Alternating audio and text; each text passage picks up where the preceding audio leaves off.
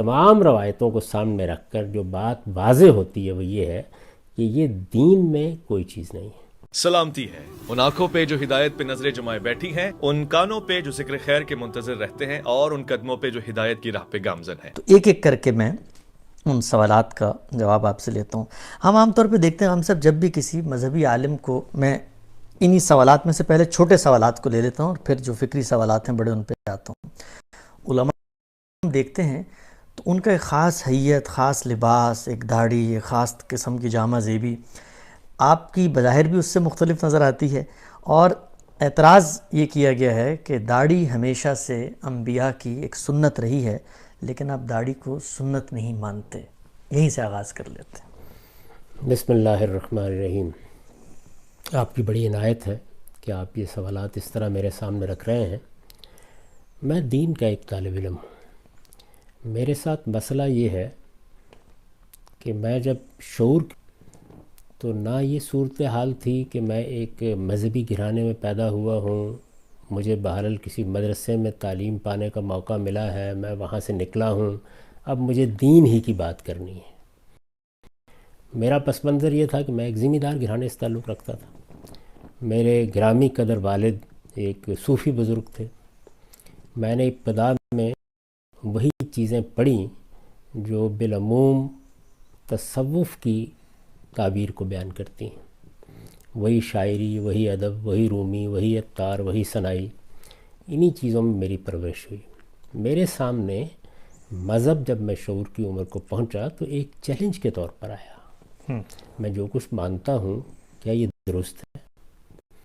میں جس قوم میں پیدا ہوا ہوں کیا اس کے نظریات کی کوئی وقت ہے؟ یہ جو چیزیں مجھ سے مذہبی اعتقاد سے منوائی جاتی ہیں یہ اپنے پیچھے کوئی استدلال رکھتی ہیں؟ تو میرے لیے یہ تحقیق کا موضوع بنا۔ اسی وجہ سے میں ہمیشہ یہ کہتا ہوں کہ ہمارے ملک میں بہت سے علماء ہیں، لوگ جائیں ان سے استفادہ کریں، میں سب کی بہت عزت کرتا ہوں۔ میں دین کا ایک طالب علم ہوں۔ میں جب کسی چیز کے بارے میں گفتگو کرتا ہوں تو اصل میں اپنے طالب علمانہ سفر کو دوسروں کے ساتھ شیئر کر رہا ہوتا ہوں۔ میں نے جس چیز کو سامنے رکھ کے کیا ہے، یعنی مجھے دین کو سمجھنا ہے۔ ایک دن مجھے اس دنیا سے رخصت ہونا ہے، قبر میرے لیے تیار کی جائے گی۔ اگر کوئی اس کائنات کا پروردگار ہے تو مجھے اس سے ملاقات کرنی ہے۔ اس لیے دین سب سے پہلے میرا مسئلہ ہے، نہ یہ میرا پیشہ ہے، نہ مجھ پر کوئی پابندی عائد ہوتی ہے کہ میں اس کو لوگوں کے سامنے بیان کروں۔ میرے لیے تو سب سے بڑا مسئلہ یہی تھا کہ میں کہاں کھڑا ہوں۔ میرے سامنے جتنے سوالات اس وقت تھے ان میں سے ایک ایک کو میں نے موضوع بنایا، ان کو دیانتداری کے ساتھ سمجھنے کی کوشش کی۔ اس معاملے میں جو کچھ ماضی میں کہا گیا تھا یہ صحیح کی کہ میں اس کو پڑھوں، اس کو سمجھوں۔ میری یہ خوش قسمتی تھی کہ میں بچپنی سے عربی زبان سے واقف تھا، میں فارسی زبان سے بھی واقف تھا۔ مسلمانوں کا جو کچھ علم ہے اس علم تک رسائی میں کوئی رکاوٹ نہیں تھی۔ تو میں نے ان میں سے ایک ایک چیز کو دلائل کی روشنی میں پرکھنے کی کوشش کی ہے، یعنی یہ جاننے کی صحیح کی ہے کہ اگر کوئی بات کہی جا رہی ہے، اگر کسی چیز کو دین کی حیثیت سے بیان کیا جا رہا ہے تو اس کی نوعیت کو متعین کروں۔ چنانچہ یہ جو داڑھی کے بارے میں آپ نے سوال کیا ہے اس میں بھی یہی چیز تھی۔ اس کی بنیاد کیا ہے؟ کیا دین کی حیثیت سے یہ چیز فی الواقع بیان کی گئی ہے؟ کیا یہ قرآن مجید میں ہے؟ کیا رسالت مآب صلی اللہ علیہ وسلم نے اس کو ایک سنت کے طور پر جاری کیا ہے؟ کیا روایتوں میں اس کا ذکر اس اعتبار سے ہوا ہے؟ تو یہ ساری چیزیں سامنے رکھ کر جب غور کیا جائے گا تو ایک طریقہ یہ ہے کہ علماء یہ کہتے ہیں، یہ ایک رائج چیز ہے، چلی آ رہی ہے، سب لوگ اس کو ایسے ہی دیکھتے ہیں، ایک طریقہ یہ ہے۔ تو آدمی یہ اختیار کرنا چاہے یہ اس کی مرضی ہے، وہ اختیار کر لے، لیکن میں اپنے پس منظر کے لحاظ سے مجبور تھا کہ جس چیز کو میں دین کہہ رہا ہوں مجھے پہلے متعین طور پر واضح ہونا چاہیے کہ یہ فی الواقع دین ہے۔ تو میں نے جب دین کا مطالعہ شروع کیا اور دین کے پورے مشمولات کا جائزہ لیا، قرآن مجید کو دیکھا، سنت کو دیکھا، روایات کے ذخیرے کو دیکھا، تو میں اس نتیجے کے اوپر پہنچا کہ بہت سی چیزیں ایسی ہیں کہ جو روایات میں اس طرح بیان ہو گئی ہیں کہ اگر آپ ان کے اندر اتر کر یہ جاننے کی صحیح نہ کریں کہ یہ بات کہی کیا گئی ہے تو اس سے بالکل الٹا مدعا سامنے آ جاتا ہے۔ اچھا، اس کی بہت سی مثالیں میں دے سکتا ہوں کہ جہاں پر بات کچھ اور تھی، ایک پس منظر تھا جس میں وہ کہی گئی، متکلم کا منشا بالکل اور تھا، رسالت مآب صلی اللہ علیہ وسلم کسی اور کی طرف توجہ دلانا چاہ رہے تھے، لیکن لوگوں نے ان الفاظ کو جس طرح دیکھا اس سے ایک حکم اخذ کر لیا، ٹھیک، درا حالے کہ وہ رسالت مآب صلی اللہ علیہ وسلم کا منشا ہی نہیں تھا۔ اس میں ایک فرق پہلے واضح کر دوں، اور وہ یہ کہ ایک چیز ہے اللہ کی کتاب قرآن مجید۔ قرآن مجید کے ساتھ مسئلہ یہ ہے کہ یہاں نہ تو یہ ہوا ہے کہ اللہ تعالیٰ کی بات کو لوگوں نے اپنے فہم کے مطابق بیان کر دیا ہو، وہ اللہ تعالیٰ کے اپنے الفاظ میں ہم تک پہنچی ہے۔ یہی دنیا کے سارے مذہبی لٹریچر میں قرآن کا امتیاز ہے، یعنی وہ اللہ تعالیٰ کے اپنے الفاظ میں ہے۔ پھر یہ کہ وہ منتشر جملوں کی صورت میں نہیں ہے، یعنی اللہ تعالیٰ نے کچھ جملے بولے اور ان کو لوگوں نے آگے روایت کر دیا۔ وہ ایک مرتب اور منظم کتاب ہے، کتاب کی حیثیت سے نازل کی گئی ہے، کتاب ہی کی حیثیت سے اس کو ترتیب دیا گیا ہے، کتاب ہی کی حیثیت سے وہ ہم تک پہنچائی گئی ہے۔ وہ جب کوئی بات کرتی ہے تو ہم یہ دیکھتے ہیں کہ وہ بات کہاں ہے، اس کے الفاظ کیا ہیں، وہ الفاظ جملوں کی کس تالیف میں آئے ہیں، ان کا پس منظر کیا ہے، بات کہاں سے شروع ہوئی ہے، بات کہاں پہنچی ہے، یہ ساری چیزیں وہاں تحقیق کرنا بہت آسان ہوتا ہے۔ روایات یعنی رسالت مآب صلی اللہ علیہ وسلم کے بعد یا آپ کے زمانے میں آپ کو کسی نے کوئی بات کہتے دیکھا، سنا، آپ کو کوئی کام کرتے دیکھا، وہ آگے جا کے بیان کر دیا۔ روایات یہ ہیں، ان کی کوئی ذمہ داری رسول اللہ صلی اللہ علیہ وسلم پر عائد نہیں ہوتی، یعنی یوں نہیں ہے کہ آپ نے کسی کو پیغامبر مقرر کیا تھا کہ یہ میری بات لوگوں کو جا کے بتا دینا۔ ٹھیک، کوئی بات سنی، کوئی چیز دیکھی، اس کو لوگوں نے اپنے طور پر بیان کیا ہے۔ تو میں نے یہ دیکھا کہ قرآن مجید اس سے بالکل خالی ہے، یعنی قرآن میں کسی دینی حکم کی حیثیت سے داڑھی کا کہیں ذکر داڑھی کا کہیں ذکر نہیں ہے۔ یعنی یہ تو بڑی ستم دریفی کی بات ہوگی نا کہ آپ واقعات سے کسی چیز کو سمجھیں۔ اللہ تعالیٰ کا دین جب بیان کیا جاتا ہے اور وہ قرآن میں بیان ہوا ہے تو اللہ تعالیٰ یہ بتاتے ہیں کہ یہ چیز کیا ہے، اس کو کیوں لازم کیا گیا ہے، یہ لازم ہے، یہ مستحب ہے، یہ مطلوب ہے، کیا چیز ہے۔ دین جب بھی بیان کیا جائے گا اس طرح بیان کیا جائے گا۔ پھر اس کے بعد آپ سنت کو دیکھتے ہیں، سنت کیا ہے؟ دین کی حیثیت سے رسالت مآب صلی اللہ علیہ وسلم نے جو چیزیں اپنی امت میں جاری کر دی ہیں۔ تو یہ بات واضح ہوئی کہ یہ در حقیقت جس کو ہم سنت کہتے ہیں، اس کی ابتدا تمام انبیاء کے ہاں رہی ہے، یعنی یہ سیدنا آدم علیہ السلام سے لے کر جو دین اللہ تعالیٰ نے دیا ہے یہ اس کی روایت ہے۔ ٹھیک، اور یہی روایت بعد میں، معاف کیجیے، انبیاء علیہم السلام کے ہاں بھی جاری رہی۔ یہی روایت ہے جو سیدنا ابراہیم علیہ السلام کے ذریعے سے عرب میں آئی، اور پھر اس کو قرآن مجید نے دین ابراہیمی، ملت ابراہیمی قرار دیا۔ یہ دین ابراہیمی اور ملت ابراہیمی کی روایت ہے جس کی تجدید کر کے، جس کی اصلاح کر کے رسالت مآب صلی اللہ علیہ وسلم نے اگر کوئی اضافہ ضروری تھا تو وہ کیا اور اس کو جاری کر دیا۔ یہ سنت ہے، یہ دین سے پہلے کا علم ہے، یہ قرآن مجید سے مقدم ہے، یعنی قرآن مجید بعد میں نازل ہوا، اس کی ابتدا پہلے شروع ہو گئی۔ یہ چیز پہلے سے موجود تھی، نماز پڑھی جا رہی تھی، روزے رکھے جا رہے تھے، زکوٰۃ دی جا رہی تھی، اسی طرح سے حج عمرہ یہ ایک روایت کی حیثیت سے موجود تھا۔ یہ ساری چیزیں جو ہیں یہ سنت کی حیثیت سے جاری تھیں۔ تو میں نے دیکھا کہ کیا ان میں یہ چیز موجود ہے، تو معلوم ہوا کہ وہاں بھی نہیں ہے۔ تو اب ایک کی رہ گئی، اور وہ یہ کہ روایات میں، یعنی رسول اللہ صلی اللہ علیہ وسلم سے سنی ہوئی باتوں میں یا آپ کے کسی عمل کو دیکھ کر کسی نے کوئی بات بیان کی ہے، تو یہ ساری بات اسی ذیل میں بیان ہوئی ہے جہاں ہوئی ہے۔ جب وہ بات بیان ہوئی ہے تو سیاق سباق کیا ہے، بات کس موقع پر کہی گئی ہے، کیسے کہی گئی ہے، اسے متعین کیا جائے گا نا۔ تو میں اس نتیجے پر پہنچا کہ رسول اللہ صلی اللہ علیہ وسلم جس وقت یہ بات فرما رہے ہیں کہ تم لوگ اپنی مونچھیں پست رکھو اور اپنی داڑھی بڑھاؤ، تو اس جملے کا مدعا کیا ہے، متکلم کے پیش نظر کیا بات ہے، یعنی آپ کیا فرما رہے ہیں۔ تو تمام روایات کو سامنے رکھ کر یہ بات واضح ہوئی کہ در حقیقت آپ ایک حیت یا ایک وضع پر تبصرہ کر رہے ہیں۔ ٹھیک، چونکہ پیغمبروں کی ہدایت میں یہ چیز کہ نہ آپ کے باطن میں تکبر کا کوئی شائبہ ہو، نہ آپ کی چال ڈھال میں، آپ کے انداز گفتگو میں، آپ کے رہن سہن کے طریقوں میں کوئی متکبرانہ چیز در آئے۔ تکبر بہت بڑا گناہ ہے۔ تو رسالت میں آپ صلی اللہ علیہ وسلم نے اس کے بعد دوسرے مظاہر پر تنقید کیا، قرآن نے بھی کی ہے۔ یعنی آدمی چلے کیسے، بولے کیسے۔ آپ دیکھیے قرآن نے بتایا ہے کہ اپنی آواز کا خیال رکھو، اپنی چال ڈھال کا خیال رکھو۔ جب تم دوسروں کے ساتھ معاملہ کرتے ہو تو اس میں دیکھو تمہارا رویہ، تمہارا انداز، تمہارا اسلوب گفتگو متکبرانہ نہیں ہونا چاہیے۔ تو ایک وضع قطع سامنے آتی ہے کہ بعض لوگ آپ نے دیکھا ہوگا کہ اپنی مونچھیں بہت بڑھا لیتے ہیں اور چھوٹی داڑھی رکھتے ہیں۔ یہ اوباشوں کی سی وضع قطع ہے، آج بھی ہے، یہ آج بھی ہے۔ رسول اللہ صلی اللہ علیہ وسلم نے اس کو پسند نہیں فرمایا۔ تو جو پوری بات تھی وہ یہ کہی، یعنی داڑھی تو لوگ رکھتے تھے، ایک عام رواج تھا، اسی طرح مونچھیں بھی رکھتے تھے۔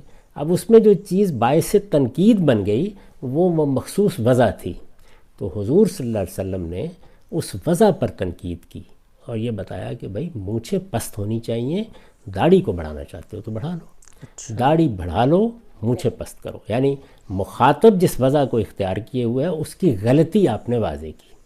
یہ ایسے ہی ہے کہ جیسے کوئی آدمی بال بکھرائے ہوئے سامنے آئے تو آپ یہ کہیں گے کہ بھائی اللہ تعالیٰ نے بال دیے ہیں تو بنا کر رکھو، سنوار کر رکھو۔ اس میں کسی چیز کے وجود پر استدلال نہیں کیا جا سکتا۔ تو میں نے جب یہ بات سمجھی اور اس کے بعد ایک دوسرا پہلو بھی سامنے آ گیا، اور وہ پہلو یہ تھا کہ دین کے پورے کانٹینٹ کا جب میں نے جائزہ لیا تو اندازہ ہوا کہ دین کا مقصد کیا ہے، تزکیہ۔ یعنی اللہ تعالیٰ نے اپنی اس اسکیم کے تحت کہ وہ اپنی جنت کے لیے لوگوں کا انتخاب کر رہا ہے، یہ معیار بنایا ہے کہ میں نفوس زکیہ کو، پاکیزہ نفوس کو انتخاب کروں گا۔ تو پاکیزگی کو سامنے رکھ کر دین میں تمام احکام دیے گئے۔ میں نے یہ دیکھا کہ وہ احکام تین طرح کے ہیں عبادات سے الگ۔ وہ کیا ہیں؟ یعنی بدن کی طہارت، خور و نوش کی طہارت، جو چیزیں ہم کھاتے پیتے ہیں، وہاں پر یہ قاعدہ بنا دیا گیا کہ طیبات کھائے جائیں گے، خبائث سے اجتناب کیا جائے گا۔ ٹھیک۔ اور اسی طرح سے اخلاقیات میں آپ معروف کو اپنائیں گے، منکر سے اجتناب کریں گے، تو گویا اخلاقی وجود کی طہارت، اس کو پاکیزہ بنانا یہ چیز ہے۔ اب یہ جب دین کا پورا کانٹینٹ ہے تو اس کے اندر کوئی چیز آگے بیٹھے گی تو وہ دین قرار پائے گی۔ تو تکبر ظاہر ہے کہ ایک اخلاقی نجاست ہے جس سے میرے باطن کو بھی پاک ہونا چاہیے، ظاہر کو بھی۔ تو پیغمبر یہ کریں گے کہ اگر کسی کی وضع قطع میں، کسی کے لباس میں، کسی کے رہن سہن میں اس تکبر کا ظہور ہو رہا ہے تو اس پہ تنقید کریں۔ تو یہ ریلیشن بھی اس کے ساتھ واضح ہو گیا، یعنی یہ تعلق واضح ہو گیا۔ یہ دین کے کس حکم کو بیان کیا؟ کس حکم کو بیان کر رہی ہے؟ یعنی اللہ تعالیٰ نے جو ہمارے سامنے اخلاقی طہارت کے لیے ضروری چیزیں رکھی ہیں ان میں بہت بڑی چیز ہے یہ۔ آپ دیکھیے قرآن مجید کے الفاظ یہ ہیں کہ کوئی شخص جنت میں داخل نہیں ہو سکتا اگر وہ استکبار کا رویہ اختیار کرتا ہے۔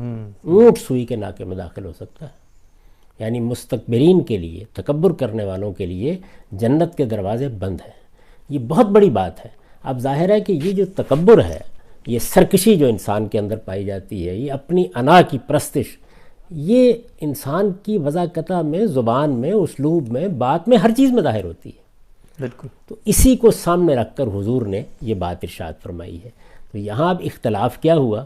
اختلاف یہ ہوا کہ جو بات کہی گئی تھی میں اس کا انکار نہیں کر رہا، میں یہ بتانے کی کوشش کر رہا ہوں کہ وہ بات اصل میں تھی کیا۔ صحیح صحیح۔ اور یہ حدیث میں ناگزیر ہے۔ اس کی وجہ کیا ہے؟ وجہ یہ ہے کہ ایک طریقہ تو یہ ہے کہ آپ نے الفاظ کو لیا اور بس بیان کر دیا۔ ایک دوسرا طریقہ یہ ہے کہ آپ یہ دیکھیں کہ یہ الفاظ لوگوں نے سن کر بیان کیے ہیں، بالعموم وہ اس کو پارا پارا کر دیتے ہیں، یعنی ایک پوری بات کا ایک حصہ ایک جگہ رہ جاتا ہے، دوسرا حصہ دوسری جگہ رہ جاتا ہے۔ یہ پوری بات ہے کیا در حقیقت؟ اس کے بعد آپ تمام روایات کو اپنے سامنے رکھتے ہیں۔ تو اگر آپ ساری روایات کو سامنے رکھیں تو یہ بات بالکل واضح ہو جاتی ہے کہ یہاں ایک وضع قطع ہے جس کو موضوع بنایا گیا ہے۔ اس میں الگ سے کوئی حکم دینا پیش نظر ہی نہیں ہے۔ صحیح۔ اب یہ میری تحقیق ہے، یہ میرا نقطہ نظر ہے۔ اس تحقیق کے لیے میں دلائل دے سکتا ہوں، یعنی یہ بتا سکتا ہوں کہ یہ قرآن کا موضوع نہیں ہے۔ دین کی حیثیت سے جو چیز بھی ہوگی، یا وہ بدن کی طہارت کو بیان کرے گی، یا وہ خور و نوش کی طہارت کو بیان کرے گی، یا وہ اخلاق کی طہارت کو بیان کرے گی، اس کا اس سے کوئی تعلق نہیں ہے۔ یہ بات جن جملوں میں کہی گئی ہے ان میں پوری بات یہ ہے، یعنی ایک چیز سے روکا گیا ہے، ایک چیز کی طرف اس بات کے انداز میں توجہ دلائی گئی ہے، لیکن دونوں کا مجموعی تناظر اگر سامنے ہو تو اس سے وہ وضاحت ہے جس کی اصلاح مقصود ہے۔ یہ فہم ہے روایت کا، اس فہم سے آپ اختلاف کر سکتے ہیں، شائستگی کے ساتھ، تہذیب کے ساتھ اختلاف کیجئے، اور اس کے بعد ذرا تھوڑی دیر کے لیے ایک نظر اہل علم کے اس معاملے میں اختلافات پر بھی ڈال لیجئے۔ مثلا شوافے کے ہاں اس کو کیا حیثیت دی جاتی ہے، مثلا مالکیہ کے ہاں اس کو کیا حیثیت دی جاتی ہے، تو آپ یہ دیکھیں گے کہ ہمارے ہاں بر صغیر میں علماء نے اس کو جو حیثیت دے دی ہے وہ باقی فقہا کے آپ کو نظر نہیں آتی۔ یعنی وہ زیادہ سے زیادہ یہ بات کہیں گے کہ اگر آپ نے داڑھی منڈوا لی ہے تو یہ مکروہ تنزیہی ہے، اچھی بات تھی نہ منڈواتے۔ اچھا، میں جب اس کو دیکھتا ہوں ایک دوسرے پہلو سے، تو وہ دوسرا پہلو یہ ہے کہ رسالت میں آپ صلی اللہ علیہ وسلم نے داڑھی رکھی ہوئی تھی، صحابہ کرام کے ہاں یہ چیز موجود تھی۔ اچھا، لیکن یہ کیا کوئی ایسی انوکھی چیز تھی؟ کیا اس کو مذہبی حیثیت سے اپنایا گیا تھا؟ کیا رسالت میں آپ صلی اللہ علیہ وسلم جب پیغمبر نہیں تھے اس وقت آپ کی داڑھی نہیں تھی؟ کیا اس کے بعد آپ نے رکھی؟ کیا صحابہ کرام کے ہاں اس کے بعد تبدیلی آئی؟ تو یہ معلوم ہوتا ہے کہ اس زمانے میں مرد بالعموم داڑھی رکھتے تھے۔ تو اگر آپ نے اس کو کوئی حیثیت دینی ہے دینی لحاظ سے تو وہ کیا ہوگی؟ وہ یہ ہوگی کہ میرے پیغمبر نے داڑھی رکھی ہوئی تھی، میں اپنے پیغمبر سے محبت کرتا ہوں، اس محبت کا اظہار میں آپ کی بہت سی باتیں اپنا کر بھی کر سکتا ہوں، تو یہ محبت کے دائرے میں تو اپنی ایک جگہ بنا لے گی۔ یعنی رسالت میں آپ صلی اللہ علیہ وسلم اٹھتے کیسے تھے، بیٹھتے کیسے تھے، آپ لباس کیا پہنتے تھے، ایک آدمی محبت کے ساتھ ان میں سے کسی چیز کو اپنانا چاہتا ہے، تو آپ کے یہ علم میں ہے کہ یہ محبت ایک ایسی چیز ہوتی ہے جس کی آپ نفی نہیں کر سکتے، یہ پیدا ہوتی ہے، یہ ماں کے لیے ہوتی ہے، باپ کے لیے ہوتی ہے، یہ لیڈروں اور رہنماؤں کے لیے ہوتی ہے، یہ علماء کے لیے ہوتی ہے، یہ مشائخ کے لیے ہوتی ہے، تو یہ خدا کے پیغمبر کے لیے کیوں نہیں ہوگی؟ تو اس کا اظہار بعض اوقات آپ کی کسی چیز کو اپنانے میں ہو جاتا ہے۔ اس لحاظ سے میں اس کو ایک محبوب چیز سمجھتا ہوں، جتنی اللہ تعالیٰ نے مجھ کو دی ہے وہ میں نے بھی رکھی ہوئی ہے، لیکن یہ کہ یہ دین میں کوئی سنت ہے، دین میں کوئی مستحب عمل ہے، دین میں کوئی واجب چیز ہے، دین میں کوئی فرض ہے، یہ جس طرح کہ میں نے عرض کیا تحقیق اور تنقید کے معیار پر یہ باتیں پوری نہیں اترتی۔ یعنی اس کو دین بننے کے لیے یہ ضروری تھا کہ قرآن مجید نے دین کے جو مبادی متعین کر دیے ہیں یہ ان سے نکل کر حکم آتا۔ یہ ضروری تھا کہ اگر یہ کوئی سنت تھی جس کو جاری کیا گیا تھا تو یہ تمام انبیاء کے ہاں اسی طرح بیان ہوتی، رسالت میں آپ صلی اللہ علیہ وسلم اس کو اسی طرح جاری کرتے ہیں۔ یہ روایات میں جس طریقے سے زیر بحث آئی ہے وہاں یہ ضروری ہے کہ یہ سمجھا جائے۔ یعنی کسی موقع پر یہ ہے کہ اچھا فلان لوگوں کے ہاں اگر یہ بدعت پیدا ہو گئی ہے کہ وہ فلان چیز کو اس طرح کرتے ہیں تم ایسے کر لیا کرو۔ اگر آپ ابو امامہ باہلی کی روایت کا مطالعہ کریں تو اس میں بالکل دوسری تصویر سامنے آتی ہے، کئی چیزیں ہیں اس میں کئی چیزیں ہیں۔ یعنی انصار کے بوڑھے بیٹھے ہوئے ہیں، رسالت میں آپ صلی اللہ علیہ وسلم ان سے پوچھتے ہیں کہ تم لوگوں نے داڑھیاں سفید سفید ہیں، کوئی خضاب کیوں نہیں لگایا؟ وہ یہود کی ایک بدعت کا ذکر کرتے ہیں، آپ فرماتے ہیں کہ تم اس کے خلاف کیا کرو۔ اسی طرح کا معاملہ داڑھی کے بارے میں زیر بحث آ گیا اور چیزوں کے بارے میں زیر بحث آ گیا۔ تو بعض موقعوں کے اوپر ایسا ہوتا ہے کہ کسی وضع قطع کو لوگ دین بنا لیتے ہیں۔ آپ یہ جانتے ہیں کہ جو 5 چیزیں اللہ تعالیٰ نے خور و نوش کی چیزوں کے علاوہ حرام قرار دی ہیں ان میں ایک بہت بڑی چیز یہ ہے کہ تم اللہ پر افطرا کرو۔ ہمارے ہاں ہوتا کیا ہے کہ لوگ بعض چیزوں کے بارے میں جب ایک رائے قائم کر لیتے ہیں تو وہ یہ نہیں دیکھتے کہ جس طرح یہ ضروری ہے کہ اگر کوئی دین کی بات ہے تو آپ اس کو چھوڑیں نہیں، اسی طرح یہ بھی بہت ضروری ہے کہ اگر دین میں کوئی بات غلط داخل کر دی گئی ہے یا اس میں افراط و تفریط ہو گئی ہے یا بات کا جتنا وزن تھا اس سے زیادہ دے دیا گیا ہے تو اس کی بھی تصحیح کریں۔ تو میری جو اس معاملے میں تحقیق ہے اس کا نتیجہ یہ ہے کہ تمام روایتوں کو سامنے رکھ کر جو بات واضح ہوتی ہے وہ یہ ہے کہ یہ دین میں کوئی چیز نہیں ہے، یہ سنت، واجب، فرض، مستحب اس نوعیت کی چیز ہی نہیں ہے، یہ ہماری محبت کا اظہار ہے اور اس کو اسی جگہ رہنا چاہیے۔ اب یہ چیز جب مجھ پر واضح ہوئی تو میں نے اس کو بیان کر دیا۔ اچھا، اس کے بیان کر دینے کے بعد میں نے کبھی لوگوں سے نہیں کہا کہ وہ ضرور میری بات مان لیں یا داڑیاں رکھی ہوئی ہیں تو کاٹ دیں، اس سے مجھے کوئی دلچسپی نہیں۔ جو بات تحقیق سے مجھ پر واضح ہو گئی اس کو میں نے البتہ لوگوں کے سامنے رکھ دیا ہے۔ میں ان سب روایتوں سے واقف ہوں، علماء کے جو اس معاملے میں نقطہ ہے نظر ہے ان سے بھی واقف ہوں، تو میں پوری ذمہ داری کے ساتھ یہ سمجھتا ہوں کہ حضور صلی اللہ علیہ وسلم کا جو جملہ ہے اس کا مدعا ٹھیک نہیں سمجھا گیا. ٹھیک. اس میں بنیادی طور پر اس وضع قطع کی اصلاح مقصود ہے کہ اگر آپ نے مونچھیں رکھی ہوئی ہیں, آپ نے داڑھی رکھی ہوئی ہے, تو وہ کیسی ہونی چاہیے. یہ ایسے ہی ہے کہ جیسے آپ ایک لباس پہنتے ہیں, تو حضور کو یہ محسوس ہوا کہ اس لباس کی بعض صورتیں ایسی ہیں جس میں تکبر کا اظہار ہوتا ہے, جس کو عربی زبان میں اسبال کہتے ہیں. یعنی آپ نے اپنی تہمت باندھی ہوئی ہے اور پیچھے چھوڑا ہوا ہے اس کو, اور وہ گھسڑتی چلی آ رہی ہے. یہ اوباشوں کا طریقہ تھا, حضور نے اس پر تنقید کی.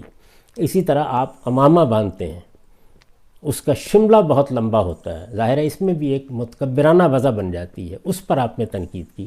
تو اس سے دین کا ایک پورا تصور اور اس کی حکمت آپ کے سامنے آتی ہے کہ اللہ تعالیٰ جن چیزوں کو اخلاقی لحاظ سے پسندیدہ قرار دیتا ہے اور جن چیزوں کو وہ اچھا نہیں کہتا, ان کا اطلاق کیا جائے گا نا معاشرے میں. اللہ تعالیٰ کہتے ہیں اسراف اختیار نہ کرو, اسراف کا باعث بن رہی ہے. صحیح. اللہ تعالیٰ نے بتایا کہ تمہارے باطن میں بھی تکبر نہیں ہونا چاہیے, ظاہر میں بھی نہیں ہونا چاہیے. آپ دیکھیے نا, جب آپ قرآن مجید کو پڑھتے ہیں تو اس میں یہ بتایا گیا ہے کہ اس طریقے سے اپنے کلے پھلا کے بات نہ کیا کرو, اور دوسروں کے ساتھ اس طرح کا رویہ اختیار نہ کیا کرو, اپنی چال میں اقتصاد پیدا کرو.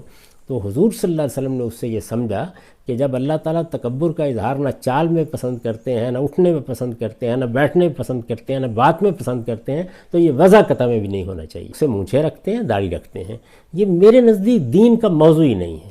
یعنی دین اس لیے آیا ہی نہیں ہے کہ وہ آپ کی وضع قطع کے یہ پہلو دیکھے کہ آپ داڑھی رکھیں گے یا نہیں, آپ بال کیسے رکھیں گے, آپ سر منڈوا دیں گے یا آپ نہیں منڈوائیں گے. نہیں, آپ کی وضع قطع میں اگر کوئی اخلاقی خرابی پیدا ہو رہی ہے اس کی وہ اصلاح کرے گا. تو اس میں بھی رسالت مآب صلی اللہ علیہ وسلم نے اس اخلاقی خرابی کی اصلاح کی ہے کہ آپ کی داڑھی مونچھ ایسی نہیں ہونی چاہیے کہ اس کو دیکھ کر آدمی یہ محسوس کرے کہ یہ تو اوباش آدمی ہے. یہ میرے نزدیک خلاصہ ہے اس ساری بات کا. اگر کوئی چیز قابل وضاحت رہ گئی ہو تو آپ پھر پوچھ لیں. جی, میں غام صاحب آپ نے بہت تفصیل سے پہلے اس اعتراض کا جواب دیا کہ داڑھی کے حوالے سے. دو ضمنی سوالات میں اس میں پوچھنا چاہوں گا. پہلا یہ کہ عام طور پہ کہا جاتا ہے کہ رسول اللہ صلی اللہ علیہ وسلم نے جو الفاظ استعمال کیے وہ صیغہ امر ہیں, اور صیغہ امر جو ہے وہ کسی چیز کو واجب کرنے کے لیے, وجوب کے لیے استعمال کیا جاتا ہے. پہلا اعتراض, اس کا جواب دیجیے گا, پھر اگلا پوچھتا ہوں. بھائی, صیغہ امر جو ہے وہ اگر قرآن مجید آپ پڑھیں یا عربی زبان سے آپ واقف ہیں یا دنیا کی بھی کسی زبان سے واقف ہیں, تو یہ بات کہ وہ ہر حال میں وجوب کو ثابت کرے گا, یہ ٹھیک نہیں ہے. یعنی یہ اس کا سیاق سباق بتاتا ہے. یہاں جو میں نے یہ تعویل کی ہے, یہ بتایا ہے کہ یہ اصل میں اس جملے کا مدعا کیا ہے, بات کیا کہی گئی ہے, اور اس کے پیچھے اس اصول کی طرف توجہ دلائی ہے کہ آپ جو بات بھی سامنے آئے گی اس کو دین کے مجموعی نظام میں رکھ کے دیکھیں گے, اور سب سے پہلے یہ دیکھیں گے کہ قرآن مجید میں اس کی بنیادیں کیا ہیں. یعنی وہاں سے شروع ہوگا نا, دین کی کچھ بنیادیں ہیں جو واضح کر دی گئی ہیں, ان کے ساتھ ریلیٹ ہونا چاہیے ہر چیز کو. تو وہاں جب آپ سامنے رکھ کر دیکھتے ہیں تو میں بھی تو یہی کہہ رہا ہوں کہ اس میں ایک چیز کو واجب کیا گیا ہے, بلکہ میں تو یہ کہہ رہا ہوں اس میں واجب سے بھی آگے کی بات ہے. وہ یہ کہ آپ کی وضع قطع یہ نہیں ہونی چاہیے کہ آپ کی مونچھیں بڑی ہوئی ہیں اور داڑھی چھوٹی ہو. یعنی اگر تکبر کی وجہ سے مونچھیں بڑی کی ہیں اور داڑھی چھوٹی رکھی ہے تو جنت میں بھی نہیں جا سکتے پھر ہم. یعنی بہت بڑا جرم بن جائے گا نا. تو میں اس میں وجوب پر تو گفتگو ہی نہیں کر رہا. میں تو یہ نہیں عرض کر رہا کہ یہ وجوب نہیں ہے, میں یہ عرض کر رہا ہوں کہ آپ نے بات کا مطلب کیا سمجھا ہے.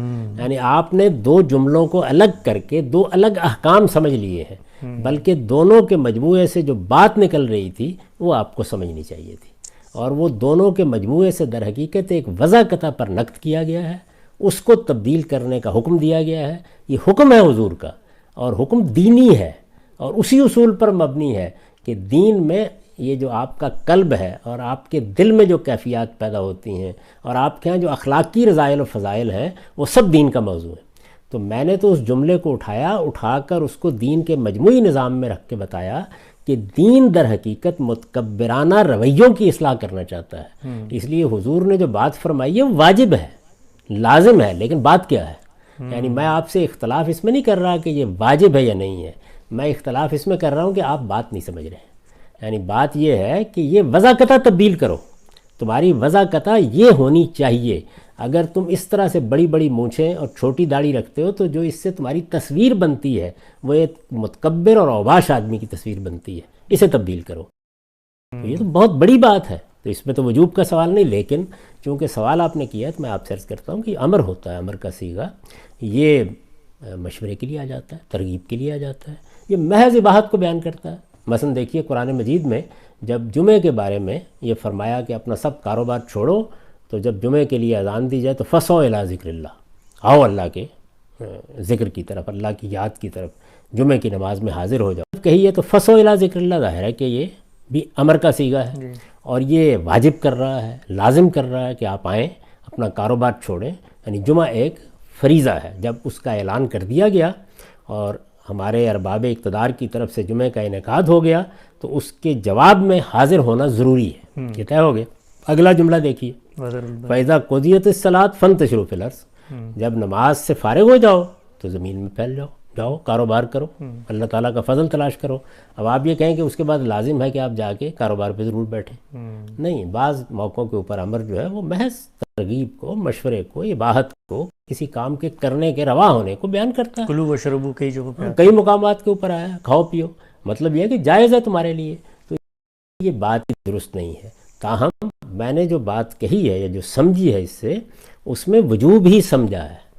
اصل میں میرے اور آپ کے بات کے فہم میں اختلاف ہے۔ آپ کہہ رہے ہیں کہ یہاں دو ایسی باتیں کہی گئی ہیں جو الگ الگ ہے اپنی جگہ، مونچھیں چھوٹی کر دو، داڑھی کو بڑھا دو۔ میں یہ کہتا ہوں نہیں، تم نے جو وضع بنا رکھی ہے اپنی، بڑی مونچھیں اور چھوٹی داڑھی، یہ وضع ٹھیک نہیں ہے، اس وضع کو درست کرو۔ تمہاری مونچھیں چھوٹی ہونی چاہیے، بڑی ہوئی داڑھی ہونی چاہیے، اس سے جو وضع بنے گی وہ شریفانہ وضع بنے گی۔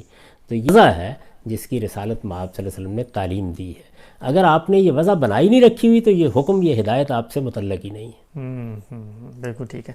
اچھا ہم صاحب، دوسرا ضمنی سوال اس پہ یہ ہے کہ لوگ عام طور پہ یہ کہتے ہیں کہ ایک زمانے تک آپ کی بھی وہی رائے تھی جو علماء کی رائے تھی کہ یہ داڑھی جو ہے انبیاء کی ہی سنت ہے اور اسی لحاظ سے مسلمان معاشرت میں لوگوں کو یہ رکھنی چاہیے۔ تو جب آپ کی یہ رائے تھی تو کن بنیادوں پر تھی؟ اور اب تو خیر آپ کی رائے اگر تبدیل ہوگی، ان کی بنیادیں تو آپ نے واضح کر دی ہیں، تو اس وقت کس بنیاد پہ آپ یہ کہتے تھے؟ میں نے ابھی آپ سے عرض کیا کہ میں ایک مسلمان گھرانے میں پیدا ہوا۔ اس مسلمان گھرانے میں پیدا ہونے کے بعد ظاہر ہے کہ میرا اگر دین کی طرف رجحان ہوگا تو سب سے پہلے میں اسی دین کو سمجھوں گا جو علماء بیان کرتے ہیں۔ میرے زمانے میں میرے قریب جو اہل علم ہوں گے، جن کی کتابیں میں پڑھوں گا، جو کچھ وہ کہیں گے اسی کو اختیار کروں گا نا۔ اب ایک صورت یہ ہے کہ آپ نے وہ پڑھ لیا، آپ نے وہ جان لیا، آپ اسی پر زندگی میں قائم رہے، دنیا سے رخصت ہو گئے۔ میں نے بدقسمتی یہ فیصلہ کر لیا کہ نہیں، میں ایک ایک چیز کو جانچوں گا۔ اسی لیے میں اپنے کام کے بارے میں بھی ہمیشہ یہ کہتا ہوں کہ یہ مسلمانوں کے مذہبی فکر کی ریکنسٹرکشن کا کام ہے۔ یعنی مجھے یہ طے کرنا تھا کہ کیا جو کچھ بیان کیا گیا ہے میں اس کو قبول کر لوں یا میں اس سارے ذخیرے کا دوبارہ جائزہ لوں۔ تو یہ جائزہ لینے کا عمل ظاہر ہے کہ برسوں میں مکمل ہوا ہے۔ تو اس دوران میں کسی غار میں نہیں چلا گیا تھا، فارغ بھی نہیں بیٹھ گیا تھا۔ جو کچھ بھی دین تھا اس کو میں بیان بھی کرتا تھا، یعنی جو سمجھا تھا میں نے، اور اس دین پر عمل بھی کرتا تھا۔ جیسے جیسے کسی چیز کی غلطی واضح ہوتی چلی گئی میں نے اس کو بیان بھی کرنا شروع کر دیا اور لکھ بھی دیا۔ تو مجھے یہ بتائیے کہ اس سے مختلف کیا صورت ہوگی؟ اگر کل کو کوئی لوگ تحقیق کریں گے تو وہ بھی یہیں سے شروع کریں گے۔ آپ کے جو جلیل القدر ائمہ ہیں ان سب نے اپنی زندگی کی ابتدا یہیں سے کی، یعنی انہوں نے اپنے اساتذہ سے جو دین سیکھا، جس طرح پہلے علماء نے ان کو بتایا، انہوں نے وہاں سے زندگی شروع کی، اس کے بعد تحقیق کا عمل جاری ہوا۔ اگر ایسا نہ ہوتا تو مجھے یہ بتائیے کہ یہ امام شافعی جو امام مالک کے بھی شاگرد ہیں اور امام محمد کے بھی شاگرد ہیں، اس کے بعد وہ مکے میں تھے تو ان کی اور آراء تھیں، وہ جب بغداد میں آئے تو ان کی اور آراء تھیں، وہ مصر میں گئے تو اور آراء تھیں۔ یہ کیوں ہوا؟ اس لیے کہ ایک زندہ انسان کی طرح وہ لوگ تحقیق کرتے تھے۔ ہم نے اس کا دروازہ بند کر رکھا ہوا ہے۔ ہمارے علماء نے یہ اصول اختیار کر لیا ہے کہ جو کچھ ہم اپنے بزرگوں سے سنا ہے، اپنے اکابر سے سنا ہے، اس کو ہم چیلنج نہیں کریں گے۔ تو میں تو یہ کہتا ہوں کہ میں نے یہ کام کیا ہے اور میرے نزدیک یہ دور حاضر کی ناگزیر ضرورت ہے۔ یعنی اس وقت آپ اس دنیا میں جی رہے ہیں، اس میں یہ لازم تھا کہ انسانی فہم کا جائزہ لیا جائے۔ دیکھیے، ایک چیز ہے اللہ کا دین اور ایک دوسری چیز یہ ہے کہ انسانوں نے اس دین کو کیسے سمجھا۔ تو قرآن مجید کی کوئی آیت ہے، کس طرح سمجھی، غور کریں گے۔ اگر سنت کا کوئی فہم ہے تو اس کو بھی دوبارہ دیکھیں گے۔ اسی طرح کا معاملہ روایات میں ہوگا، یعنی ایک ایک چیز کو دوبارہ دیکھا جائے گا کہ وہ دلیل کی بنیاد کے اوپر قابل قبول ہے یا نہیں ہے۔ تو یہ کام چونکہ میں نے کیا ہے اور یہ ایک دن میں نہیں ہو گیا، اس میں برسوں لگے ہیں۔ اس میں میری بہت سی ایسی چیزیں ہیں کہ جو آپ ماضی میں جا کے دیکھیں گے تو وہ وہی تھیں جو عام طور پر اہل علم بیان کرتے ہیں. جب اس کی غلطی مجھ پر متعین ہو کے واضح ہو گئی تو پھر میں نے اس کو لکھ دیا. اب تو آپ جانتے ہیں کہ 2007 میں میری کتاب میزان شائع ہوئی ہے.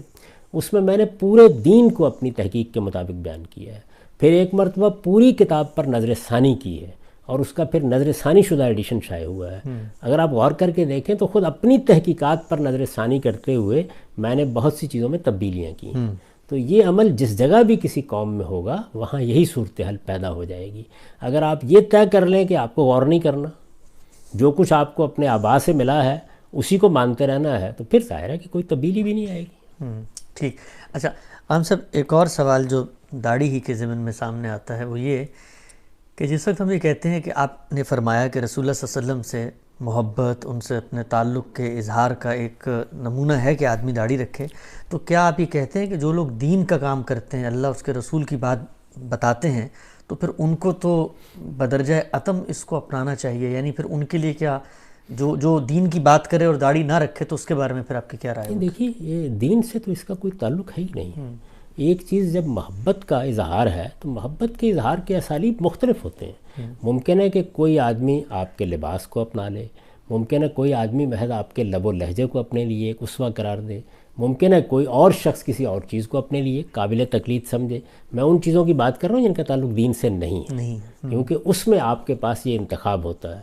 چنانچہ دیکھیں کہ ہمارے ہاں علامہ اقبال ہے مثال کے طور پر، ان کو عاشق رسول سمجھا جاتا ہے. ان کی شاعری پڑھیں تو آپ کو اندازہ ہوتا ہے کہ وہ رسول اللہ سے کیسی محبت رکھتے ہیں، لیکن اس محبت کا ظہور داڑھی کی صورت میں نہیں ہوا. سید قطب نے اپنی جان اللہ کے دین کے لیے دے دی. آپ نے دیکھا کہ وہ کس شان کے ساتھ مقتل میں گئے، اور ان کی اپنی زندگی، ان کے افکار، ان کے خیالات سے 10 جگہ مجھے اختلاف ہوگا، لیکن ان کے اخلاص سے کوئی اختلاف کر سکتا ہے، دین کے ساتھ ان کے تعلق سے کوئی اختلاف کر سکتا ہے، ان کی غیر معمولی شہادت سے کوئی اختلاف کر سکتا ہے، لیکن ان کی داڑھی نہیں تھی. تو اس لیے یہ چیز سمجھنے کی ہے کہ آپ کس چیز کو دین کا معیار قرار دے رہے ہیں. یہ دین کا معیار نہیں ہے، اظہار محبت کا ایک اسلوب ہے. بہت سے لوگ ہیں کہ جو مثال کے طور پر کسی بڑے لیڈر سے متاثر ہو جاتے ہیں. ہٹلر سے لوگ متاثر ہوئے، اس کی طرح کی مونچھیں رکھنا شروع کر دیں. قائد اعظم سے لوگ متاثر ہوئے، جناح کیپ رواج پا گئی.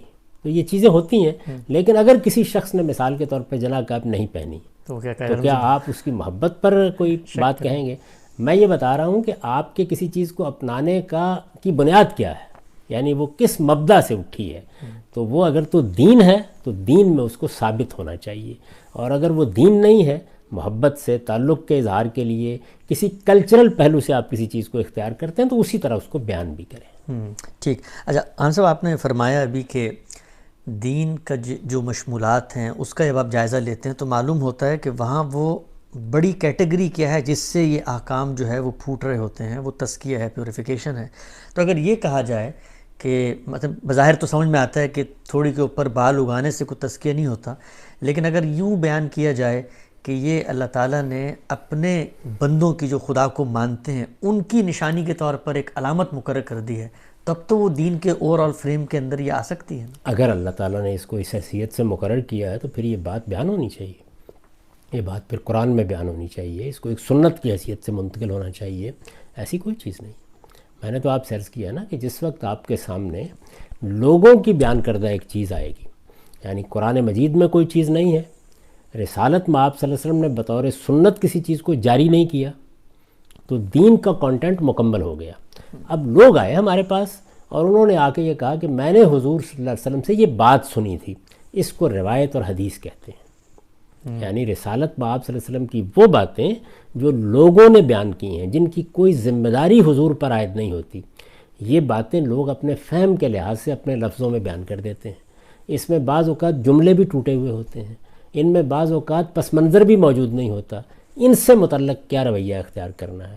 کیا یہ کہ آپ ہر بات کو دین بنا دیں؟ نہیں، آپ اس پہ غور کریں گے، آپ اس کو سمجھیں گے، اور جو اصل دین آپ کو دیا گیا ہے یعنی قرآن اور سنت کی صورت میں آپ یہ دیکھیں گے اس دین سے اس کا ریلیشن کیا بنتا ہے. تو اگر آپ غور کریں تو میں نے رسالت میں آپ صلی اللہ علیہ وسلم کی اس بات کا ریلیشن واضح کیا ہے. یعنی آپ اصل میں نہ آپ لوگوں کی مونچھیں کٹوانا چاہتے ہیں، نہ داڑھی لمبی کرانا چاہتے ہیں، آپ جو وضع قطع اختیار کر رہے ہیں اس وضع قطع کو دین کے مطابق کرنا چاہتے ہیں. کیوں اس لیے کہ وہ وضع قطع آپ کے باطن پر دلالت کر رہی ہے. آپ کے باطن میں عاجزی ہونی چاہیے، تواضع ہونی چاہیے، خشیت ہونی چاہیے، اور اس کا اظہار آپ کے لباس میں بھی ہونا چاہیے، آپ کے بولنے میں بھی ہونا چاہیے، آپ کے انداز گفتگو میں بھی ہونا چاہیے. یہ تکبر جو اندر پایا جاتا ہے، یہ جب وضع قطع میں اپنا ظہور کرتا ہے تو اس سے اوباشوں کی ایک حیت پیدا ہوتی ہے. حضور اس سے روکنا چاہ رہے ہیں. تو یہ بات کو سمجھنے کا عمل ہے. جب آپ اس کے اندر اتر کر دیکھیں گے تو آپ کو پورا دین ایک ربط و نظام کے ساتھ سامنے آئے گا. یعنی اللہ تعالیٰ نے جو اخلاقی اصول بیان کیے ہیں، ان اخلاقی اصولوں کو خدا کے پیغمبر نے اللہ کی ہدایت کے مطابق لوگوں کی وضع قطع میں بھی دیکھا، لوگوں کے اسلوب گفتگو میں بھی دیکھا، لوگوں کے رہن سہن میں بھی دیکھا، اور ہر جگہ توجہ دلائی کہ تمہاری وضع قطع ایک خشیت رکھنے والے انسان کی وضع قطع ہونی چاہیے، تمہارا رہن سہن اسراف اور تبذیر سے پاک ہونا چاہیے، اور تمہاری زندگی اعتدال اور توازن کا نمونہ ہونا چاہیے. کیوں؟ اس لیے کہ یہ وہ چیزیں ہیں جو دین کی حیثیت سے اللہ تعالیٰ نے متعین کر دی ہیں. تو میں اس بات کو بیان ہی قبول کر رہا ہوں، لیکن یہ بتا رہا ہوں کہ بات اصل میں ہے کیا. وہ بات وہ نہیں ہے جو آپ سمجھیں، وہ بات یہ ہے. ٹھیک. اچھا ہم سب ایک پہلو آپ کی اس پوری جو آپ کا بیان ہے وہ یہ سامنے آتا ہے کہ مان لیا ہو سکتا ہے یہ بات جو آپ بیان کر رہے ہیں ٹھیک ہو، ایسے ہی ہو، لیکن لوگ یہ پوچھتے ہیں کہ کیا یہی بات صحابہ اکرام نے بھی سمجھی تھی؟ یعنی داڑھی کی اس روایت سے جو نقطہ نظر آپ نے سمجھا، سیاق سباق جن کے سامنے یہ پیش آئی تھی، کیا وہ بھی اس کو ایسے ہی سمجھتے تھے؟ کیونکہ ہمیں دیکھتے ہیں کہ وہاں تو یہ چیز زیر بحث ہی نہیں ہے کہ رکھنی ہو تو بڑی رکھیں اور مجھے چھوٹی کریں، وہاں تو سب ہی رکھ رہے ہیں. اور پھر بعض لوگ یہ کہتے ہیں کہ مثلا فقہا کے ہاں کہ سزاؤں کے طور پر داڑھی کو سزا کے طور پر منڈوانے کی بھی بات کی گئی. تو ہمارے فقہا اور باقی جو امت کے علماء ہیں انہوں نے اس بات کو کیا ایسے ہی سمجھا، اور اگر ایسے نہیں سمجھا تو کیا وجہ ہے اس کی؟ میں نے تو آپ سے عرض کیا ہے کہ دیکھیے، اگر یہ بات صحابہ کرام میں اس طرح سے زیر بحث آتی، رسالت مآب صلی اللہ علیہ وسلم اسے دین کی حیثیت سے زیر بحث لاتے، تو پھر تو یہ ایک سنت کی حیثیت سے جاری کی جاتی. یہ وہاں زیر بحث ہی نہیں ہے، بہت بعد میں آئی. فقہا کے بارے میں نے آپ سے عرض کر دیا کہ شوافع کا نقطہ نظر اس میں بہت مختلف ہے، احناف کا بہت مختلف ہے. آپ یہ دیکھتے ہیں کہ اسی کا ظہور ہوتا ہے کہ آپ مصر میں جائیں، آپ مراکش میں جائیں، آپ کو نماز پڑھانے والے ائمہ جو مسجد میں مقرر کیے گئے ہیں وہ بھی نظر آ جائیں گے جن کی داڑھی نہیں ہے.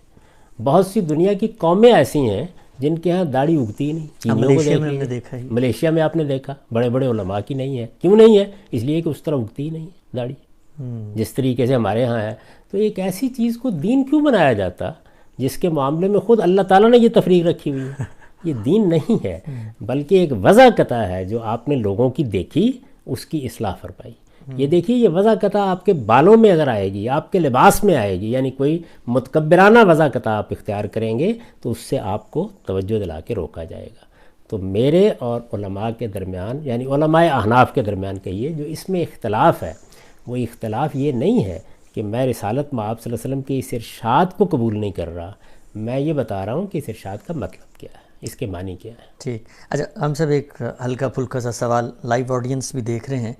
آپ نے ماشاءاللہ دین پہ اتنا کام کیا، لیکن اتنا کام کرنے کے بعد جب پبلک میں آپ اس کو پیش کرتے ہیں، وہ سامنے آتا ہے، اور کوئی آدمی آگے سے یہ اعتراض شروع کر دے کہ بھئی آپ کی داڑھی نہیں ہے، تو کبھی آپ کے دل میں خواہش پیدا ہوتی ہے کہ ریکنسٹرکشن کا کام کرنے سے پہلے اللہ میاں آپ کو بھی کوئی یعنی اسی طرح سے فطری لمبی داڑھی دے دیتا تاکہ کم سے کم یہ اعتراض تو نہ ہوتا؟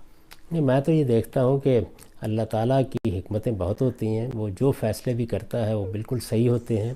چونکہ ہمارے ہاں صورتحال یہ ہے کہ لوگوں نے اس کو وہ اہمیت دے لی، یعنی ایک تو دین بنانا ہے، نہیں یہ دین سے آگے جا چکی ہے. یہاں تو صورتحال یہ ہے کہ آپ نے امام مسجد کا انتخاب کرنا ہے، خدا کا پیغمبر یہ بتا رہا ہے کہ یہ دیکھیے کہ وہ قرآن کیسا پڑھتا ہے، یہ دیکھیے کہ وہ سنت کا کتنا بڑا عالم ہے. لیکن ہمارے ہاں یہی چیزیں جو دیکھی جاتی ہیں. تو مجھے چونکہ اس ریکنسٹرکشن کے کام کو کرنا تھا تو اللہ تعالیٰ ہی نے معاونت فرمائی ہے کہ اس میں یہ چیز خود ہی غائب ہو گئی. اس میں بھی ایک خوبی ہے، جتنی ہے وہ میں نے رکھی ہوئی ہے. اور میں عرض کر دوں کہ وہ دین سمجھ کر نہیں، بلکہ رسالت مآب صلی اللہ علیہ وسلم کے ساتھ وہی مشابہت، وہی محبت، جس حد تک بھی ہم آپ کی پیروی کر سکتے ہیں. دیکھیے لباس کے انداز بدل گئے.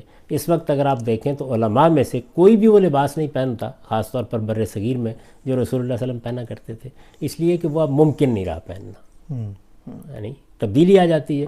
اسی طرح اور بہت سی چیزیں ہیں کہ جن کو اپنانا ممکن نہیں ہے. اب آپ گدھے پر سواری نہیں کرتے، اونٹ پر سواری نہیں کرتے، اب گاڑیوں میں آپ پھرتے ہیں، لیکن کچھ چیزیں ایسی ہیں کہ جو آپ محبت کی وجہ سے اپنائے رکھ سکتے ہیں، تو یہ بھی انہی میں سے ایک چیز ہے، لہٰذا اس کی نہ تحقیر کرنی چاہیے، نہ اس کے بارے میں کوئی استہزاء اور استخفاف کا طریقہ اختیار کرنا چاہیے۔ یہی سمجھنا چاہیے کہ اس کے فہم میں، جس طرح اور بہت سی روایتوں میں یہ ہوا ہے کہ بات سمجھنے میں غلطی ہو گئی، کیوں ہوتی ہے؟ اس کی وجہ یہ ہے کہ یہ روایتیں اس طرح منتشر جملوں کی شکل میں ہے۔ تو آپ دیکھیے، اگر میں قرآن مجید کے جملوں کو منتشر کر دوں تو اس سے بھی آپ غلط مطلب سمجھ لیں گے۔ اس میں یہ ضروری ہے کہ آپ پورے قرآن مجید کے نظم کو سامنے رکھ کر دیکھیں کہ یہ بات کہاں ٹھیک بیٹھ رہی ہے۔ تو میں یہ بتا رہا ہوں کہ یہ واجب ہے کہ آپ اپنی وضاقتہ کی اصلاح کریں، یہ واجب ہے، لیکن یہ حکم جو دیا گیا ہے وہ اصل میں آپ کی وضاقتہ کی اصلاح کے لیے دیا گیا، اور اس کی بنیاد قرآن میں موجود ہے کہ آپ کے باطن میں بھی تکبر نہیں ہونا چاہیے، آپ کے ظاہر میں بھی کوئی چیز متکبرانہ نہیں ہونی چاہیے۔ ٹھیک، ہم سب ارادہ تو یہ تھا کہ 23 اعتراض ہیں اور آج کے پروگرام کو لے لیں گے، لیکن 45 منٹ ہو گئے ہیں، پہلا ہی ابھی تک مکمل نہیں ہوا۔ آخری بات اس ضمن میں، مزید کوئی سوال لائیو آڈینس جو سن رہے ہیں ان کو بھی کوئی سوال پیدا ہو تو وہ اس میں نیچے کمنٹ باکس میں لکھ سکتے ہیں، انشاءاللہ اگلی نشست میں اس موضوع سے متعلق ہم پوچھ سکتے ہیں۔ آخری چیز وہ یہ بتائیے گا کہ ویسے آپ کو داڑھی کے بارے میں، یعنی داڑھی مردوں نے رکھی ہوئی ہو تو کیسی لگتی ہے؟ یعنی مردانہ وجاہت کے لحاظ سے آپ چاہتے ہیں کہ مطلب داڑھی رکھیں، مرد اچھے لگتے ہیں؟ بہت اچھے لگتے ہیں، یعنی میں اگر مجھے ہوتی تو ضرور رکھتا، اس لیے کہ مجھے داڑھی بہت اچھی لگتی ہے، کوئی مجھے اس کے ساتھ ابا نہیں ہے۔ لیکن جب دین آپ سمجھائیں گے تو آپ بتائیں گے کہ دین کیا ہے، دین میں کسی چیز کی نوعیت اور اہمیت کیا ہے۔ اب یہ دیکھیے، یہی بات سمجھانے کی ضرورت ہے کہ یوں نہیں ہوتا کہ دین میں چیزیں ایسے ہی داخل ہو جاتی ہیں ہاچ پاچ، اس کا ایک پورا نظم ہے جس کے ساتھ وہ چیزیں اس کے اندر آتی ہیں۔ تو میں نے اس نظم کو اپنی کتاب میزان میں متعین کر کے اس کی پوری تفصیل کی ہے، اور یہ سمجھانے کی صحیح کی ہے دین کہاں سے پیدا ہوتا ہے، دین کا ہدف کیا ہے۔ آپ نے جو دین کا ہدف متعین کیا ہے وہ خود قرآن نے بیان کیا نا، یعنی پیغمبر کا تعارف کراتے ہوئے یہ بیان کیا گیا کہ یہ پیغمبر کس لیے آئے ہیں؟ یہ اس لیے آئے ہیں کہ یتلو علیہم آیاتہ و یزکیہم، یہ تمہارا تزکیہ کرنے کے لیے آئے ہیں۔ تو یہ تزکیہ ہے جو مقصود ہے۔ تو آپ یہ دیکھیں کہ میں نے مونچھوں کو کم رکھنا ہے، اس کو ایک فطرت کے حکم اور ایک سنت کی حیثیت سے بیان کیا اپنی کتاب میں۔ کیوں؟ وجہ کیا ہے کہ یہ طہارت کے ساتھ متعلق ہوتا ہے، یعنی بدن کی طہارت کے ساتھ آپ مونچھیں بڑی رکھیں گے تو متکبرانہ وضع پیدا ہوگی، یہ باطن ہے، اور ظاہر کیا ہے کہ اس کے نتیجے میں آپ جو کچھ کھائیں پئیں گے وہ بھی آلودہ ہوگا۔ تو دونوں چیزوں کو سامنے رکھ لی، یعنی باطن کی طہارت، ظاہر کی طہارت، یہ بتایا گیا۔ دونوں کو ملا کر جب آپ دیکھیں گے تو اس میں پھر ایک وضاقتہ کی اصلاح پیش نظر ہوگی۔ آپ نے تو یہ موضوع زیر بحث ہی نہیں آئے گا، یعنی آپ بڑی رکھیں گے تو آپ سے کہا گیا چھوٹی کریں، آپ نے ویسے ہی مڑوا دی تو موضوع ختم ہو گیا، بات ہی ختم ہو گئی۔ آپ نے بال رکھے ہوئے ہیں تو آپ سے کہا جائے گا کہ بالوں کا، جیسے کہ حدیث میں آتا ہے کہ اپنے بالوں کا اکرم شارک، یعنی یہ بالوں کو بنا سنوار کے رکھو۔ آپ نے بال مڑوا دیے جیسے ہم حلق کرواتے ہیں، بھئی یہ موضوع زیر بحث نہیں رہے گا، ختم ہو گئی یہ بات۔ تو اصل میں بات پوری سمجھنی چاہیے کہ ہمارا دین چند اصولوں پر کھڑا ہے، اور وہ اصول کہاں سے؟ اللہ کی کتاب میں بیان ہوئے ہیں، وہ رسالت میں آپ صلی اللہ علیہ وسلم کی سنت میں متعین ہوتے ہیں۔ جب اس سے دین کا ایک مجموعی تصور قائم ہو جاتا ہے تو پھر روایات جتنی ہیں ان کے اندر رکھ کے دیکھی جاتی ہیں، اور ان کا ریلیشن اس سے قائم کیا جاتا ہے۔ تو میں نے اس پوری بات کا ریلیشن قائم کر دیا ہے کہ رسول اللہ صلی اللہ علیہ وسلم نے یہ بات دو موقعوں کے اوپر کہی ہے، یعنی یا تو وضاقتہ کی اصلاح کرنے کے لیے کہی ہے، اور یا یہود کی یا بعض دوسرے اور گروہوں کی بعض بدعتوں کی اصلاح کرنے کے لیے کہی ہے۔ یعنی جب ان کی بعض بدعتوں کو بیان کیا گیا، اور یہ مذہبی فرقوں میں یہ چیزیں پیدا ہو جاتی ہیں، کسی بدعت کی اصلاح کے موقع پر آپ نے فرمایا کہ تم اس کی مخالفت کرو، یعنی یہ جوتے پہن کے نماز نہیں پڑھتے، مثلا دیکھیے اسی روایت میں زیر بحث آپ نے فرمایا تم جوتے پہن کے نماز پڑھ لیا کرو، ایسے ہی فرمایا۔ تو یہ کیوں فرمایا؟ یعنی کیا اس کا مطلب یہ ہے کہ اب ہم تمام مسجدوں کے اندر جوتے پہننے کے لیے جایا کریں گے؟ نہیں، اس موقع پر فرمایا جس سے مقصود یہ تھا کہ ایک بدعت پیدا کر لی گئی ہے، اس کی اصلاح ہو جائے۔ تو جہاں پر آپ نماز پڑھنے کے لیے کھڑے ہوئے ہیں، جگہ مناسب نہیں ہے، کوئی قالین نہیں بچھا ہوا، صف نہیں بچھی ہوئی، جیسے جنازے کی نماز ہے، تو آپ جوتوں سمیت پڑھ سکتے ہیں۔ تو حضور نے یہ بتایا کہ اس کو بدعت مت بناؤ۔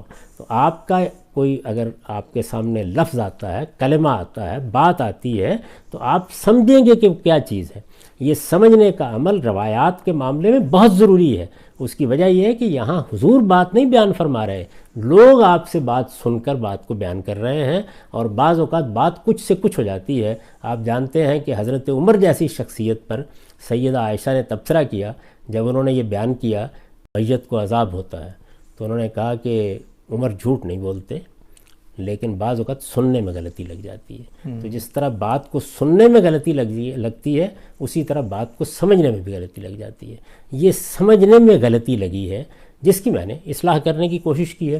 ایک آدمی پلٹ کے یہ کہہ سکتا ہے کہ نہیں ہم اسی بات پر مطمئن ہیں، تو میں نے اس کے خلاف کوئی تحریک نہیں چلائی۔ یعنی بسم اللہ، آپ جس بات پہ مطمئن ہیں اس پہ عمل کریں۔ ہم سب اپنے اطمینانی کے لحاظ سے اللہ کے سامنے جواب دیں۔ ٹھیک، اگر میرا ایک چیز پر اطمینان ہے تو میں اس کی پیروی کروں گا اور آپ کے سامنے دلائل کے ساتھ بیان کر دوں گا۔ آپ کا ایک دوسری بات پر اطمینان ہے تو میرا کوئی حق نہیں کہ میں اس کو ہدف تنقید بناؤں، مجھے کوئی حق حاصل نہیں کہ میں اس کو استہزاء یا استخفاف کا نشانہ بناؤں۔ وہ آپ کا فہم ہے، آپ کو اپنے ہی فہم پر عمل کرنا چاہیے، آپ اسی کے لیے جواب دیں۔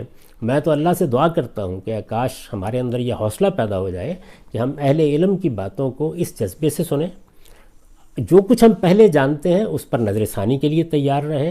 اگر کسی بات سے ہمیں اتفاق ہو تو شائستہ طریقے سے اس پر اپنی بات کہہ دیں، اختلاف ہے تو اختلاف کو بھی مہذب طریقے سے بیان کر دیں، اور اس کے بعد جس چیز پہ ہمارا اطمینان ہے اس پر ہم عمل کریں۔ ٹھیک، تو یہ رویہ اگر ہم اختیار کر لیں تو یہ فرقہ بندیاں، یہ نفرت کی چیزیں، یہ ایک دوسرے سے بغض، یہ جس طرح کی فضا ہمارے ہاں پیدا ہو جاتی ہے کہ دین کے اندر لانے کی بجائے ہم دین کی خدمت کرنے والوں کو بھی دین سے نکالنا شروع کر دیتے ہیں، تو اس کی اصلاح ہوگی۔ تو اس میں اصل میں سبق کیا ہے ہمارے لیے کہ ہم دین کے معاملے میں اپنے رویوں پر نظر ثانی کریں۔ ایک شخص دین کے کسی حکم کو سمجھنے میں آپ سے اختلاف کر رہا ہے تو آپ دلیل سے اس کی غلطی ضرور واضح کریں، لیکن اس کو استہزاء اور استخفاف کا موضوع نہ بنائیں۔